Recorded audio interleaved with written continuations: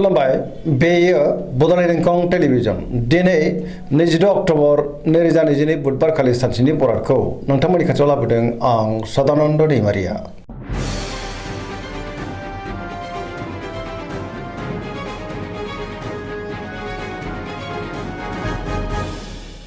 सिगां फरायनो लादों मेष राशि गिबि हांखो अ ल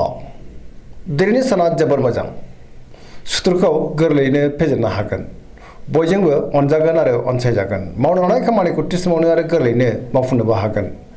गोसोआ दिनै जोबोर गोजोनगोन देहाया मोजाङै थागोन अब्लाबो नाथाय जानाय लोंनायाव सांग्रां जानाया गाहाम बहानिफ्रायबा मोजां खौरां फैनोबो हागौ रांखावरियाव दिनै जोबोर मोजां गोबां धोन आरजिनोबो हागोन आयाबो बांनो हागौ बेफार फालांगियाव दिनै जोबोर मोजां होनजायो सोरबा लोगोनिफ्राय थोजासे हेफाजाबखौ मोननो हागोन न'खराव अननानै फैगोन बिमा बिफानि अननाय आरो बोरखौबो दिनै मोननो हागोन गुबुननि गोसोखौ दिनै गोरलैयैनो बोनो हागोन गोसोनि बोलोआ बांगोन गावनि गोसोनि साननायखौ दिनै गुबुननो फोरमायनो हागोन समाजाव मान मोनगोन सेंग्रा सिख्लाफ्रा जोबोर रमान्टिक जागोन फरायसाफ्रा दिनै फरायनायाव गोसो दुंखांगोन आरो मोजां फिथाइ मोननोबो हागोन पजिटिभ एनार्जिनि गोहोमबो गोग्लैगोन धोरोमारि बिथिङाव दिनै गोसो दुंखांगोन वृष राशि गिबि हांखो इ अ ब दिनैनि साना जोबोर मोजां गोसोआव गोथों आरो गोग्गो साननाय फैगोन गियाननि आंखाल जानाय नङा गोबां मोजां खाबु फैनोबो हागौ गोसोखौ दिनै जोबोर गोजोननाय मोनगोन गोसोनि बोलोआबो बांगोन गावनि गोसोनि साननायखौ गुबुननो फोरमायनो हागोन समाजाव मान मोनगोन रांखावरियाव मोजां बेफार फालांगियाव जोबोर मोजां होनजायो आयाबो दिनै बांनो हागौ न'खराव बिसि फिसायनि गेजेराव अननानै फैगोन बिदा फंबायजों मोजां सोमोन्दो थागोन आरो बिसोरनि हेफाजाबखौ थोजासे मोननो हागौ देहाया मोजाङै थागोन गुबुननिफ्राय हेफाजाब मोनगोन जायखि खामानि मावा मानो मोनफ्रोमबो खामानिखौनो दिनै गोरलैयैनो मावफुंनो हागोन सिगांनि बबेबा आद्रा खामानिखौबो दिनै मावफुंनो हागोन सोरबा लोगोनिफ्राय मोजां खौरां फैनोबो हागौ गोसोनि साननायफ्रा दिनै मोगथाङाव जाफुंगोन पजिटिभ एनार्जिनि गोहोम गोग्लैनो हागौ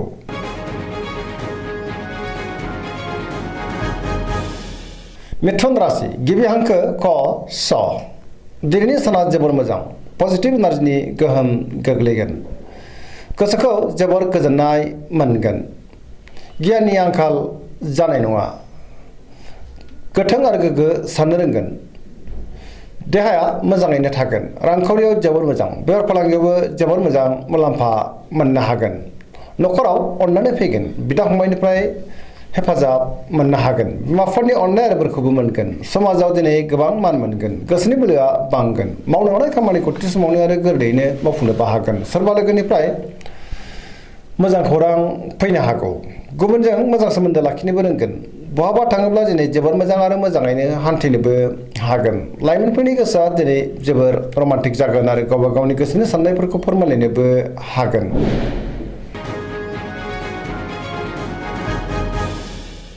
कर्कट राशि गिबि हांखो ड ह दिनैनि साना मोजां आरो गाज्रिनि गेजेरजों बाबेनलांगोन माबा नङा माबा मोनसे गोरोन्थि मावफुंनो हागौ गोसोखौ दिनै जोबोर उसुखुथु मोनगोन सोरबा लोगोजों रायखोमा जानोबो हागौ आरो सोरबा लोगोआ थगायनोबो नाजागोन सांग्रां जानाया गाहाम गोसोनि साननायफ्रा देबार नांनो हागौ नेगेटिभ एनार्जिनि गोहोमबो गोग्लैनो हागौ मावनो हानाय खामानिखौ मावफुंनो गोब्राब जागोन रांखावरियाव मोजां बेफार फालांगियावबो मोजां अब्लाबो नाथाय खरसायाबो बांनो हागौ समाजाव लोगो लेवाबो बांगोन देहाया दिनै मोजाङै थागोन अब्लाबो नाथाय जानाय लोंनायाव सांग्रां जानांगोन फरायसाफ्रा फरायनायाव गोसो दुंखांगोन आरो मोजां फिथाइ मोनगोन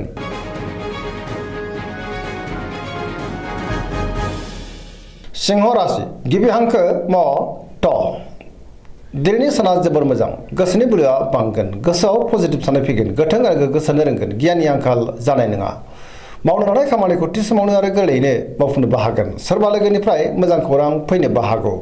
गोबां मोजां खाबुबो मोननो हागौ रांखावरियाव मोजां बेफार फालांगियावबो दिनै जोबोर मोजां मुलाम्फा मोननो हागौ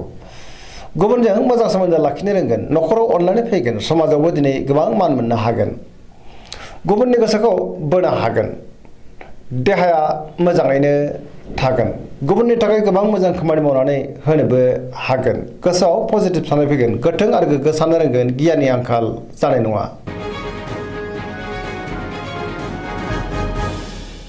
कन्या राशि गिबि हांखो प ट दिनैनि साना जोबोर मोजां गुबुननि थाखाय गोबां मोजां खामानि मावनानै होनोबो हागोन गोसोआव पजिटिभ साननाय फैगोन गोथों आरो गोग्गो साननो रोंगोन सोरजोंबा बाख्नाय जानोबो हागौ रांखावरियाव मोजां बेफार फालांगियावबो जोबोर मोजां मुलाम्फा मोननो हागोन देहाया दिनै मोजाङै थागोन न'खराव अनलायनाय फैगोन सोरजोंबा बाख्नाय जानो हागौ गोसोखौ दिनै जोबोर गोजोननाय मोनगोन पजिटिभ एनार्जिनि गोहोम गोग्लैगोन सेंग्रा सिख्लाफ्रा जोबोर खुसि जागोन आरो गावबा गावनि गोसोनि साननायखौ फोरमायलायनोबो हागोन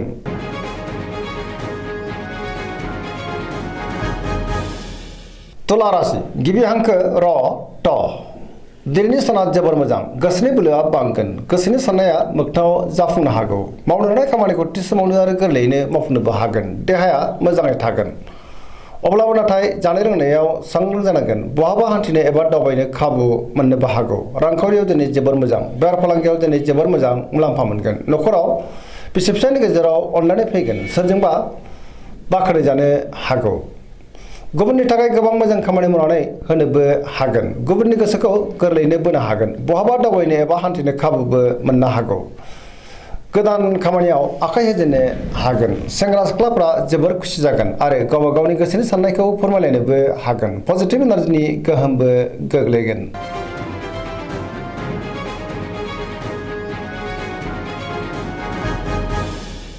वृश्चिक राशि गिबि हांखो न स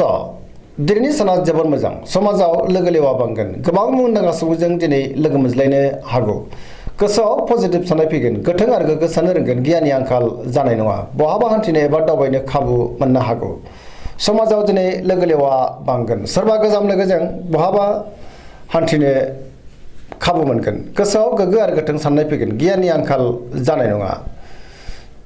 गोसोनि साननायफ्रा दिनै मोगथाङाव जाफुंनो हागौ गोसोनि बोलोआबो बांगोन समाजाव गोबां मान मोनगोन न'खराव दिनै अनलायनाय फैगोन रांखावरियाव मोजां अब्लाबो नाथाय खरसायाबो बांनो हागौ बेफार फालांगियाव दिनै जोबोर मोजां मुलाम्फा मोनगोन देहाया मोजाङैनो थागोन गुबुननिफ्राय थोजासे हेफाजाबखौ मोननो हागोन फरायसाफ्रा दिनै फरायनायाव गोसो दुंखांगोन आरो मोजां फिथाइ मोनगोन लाइमोनफ्रा जोबोर रमान्टिक जागोन आरो गावबा गावनि गोसोनि साननायफोरखौ फोरमायलायनोबो हागोन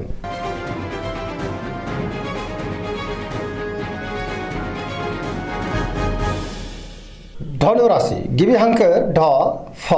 भ दिनैनि साना जोबोर मोजां गोसोखौ दिनै जोबोर गोजोननाय मोनगोन मावनो हानाय खामानिखौ थि समावनो आरो गोरलैयैनो मावफुंनोबो हागोन माबा नङा माबा मोनसे मोजां खौरां फैनोबो हागौ गोसोनि साननायफ्रा दिनै मोगथाङाव जाफुंगोन रांखावरियाव जोबोर मोजां बेफार फालांगियावबो जोबोर मोजां होनजायो गुबुना खहा खालामनो नाजायोब्लाबो खहा खालामनो हानाय नङा समाजाव दिनै मान मोनगोन बहाबा थाङोब्ला दिनै जोबोर मोजां आरो मोजाङैनो हान्थिनोबो हागोन देहाया मोजाङै थागोन अब्लाबो नाथाय जानाय लोंनायाव सांग्रां जानांगोन सोरबा लोगोनिफ्राय मोजां खौरां फैनोबो हागौ बिदा फंबायनि हेफाजाबखौ थोजासे मोनगोन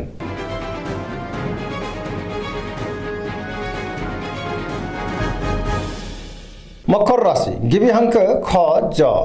दिनैनि साना जोबोर मोजां गोसोनि साननाया जाफुंगोन मावनो हानाय खामानिखौ थि समावनो आरो गोरलैयैनो मावफुंनोबो हागोन रांखावरियाव दिनै जोबोर मोजां बेफार फालांगियावबो जोबोर मोजां मुलाम्फा मोननो हागोन अब्लाबो नाथाय खरसायाबो बांनो हागौ गोबां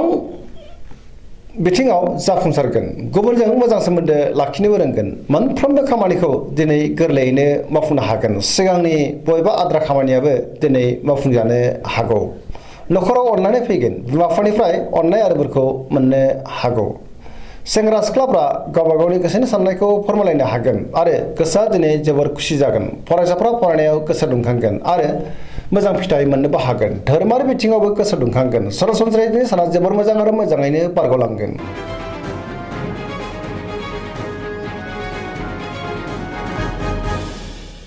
कुम्भ राशि गिबि हांखो ग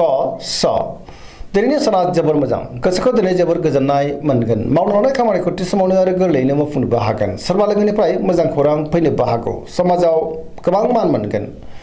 गोबां मुंदांखा सुबुंजों दिनै लोगो मोनज्लायनोबो हागौ रांखावरियाव दिनै जोबोर मोजां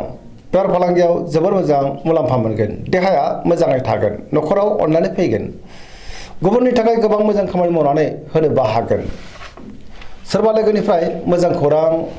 फैनो हागौ पजिटिभ एनार्जिनि गोहोम गोग्लैगोन सेंग्रा सिख्लाफ्रा जोबोर खुसि जागोन आरो गोसोआबो रमान्टिक जानो हागौ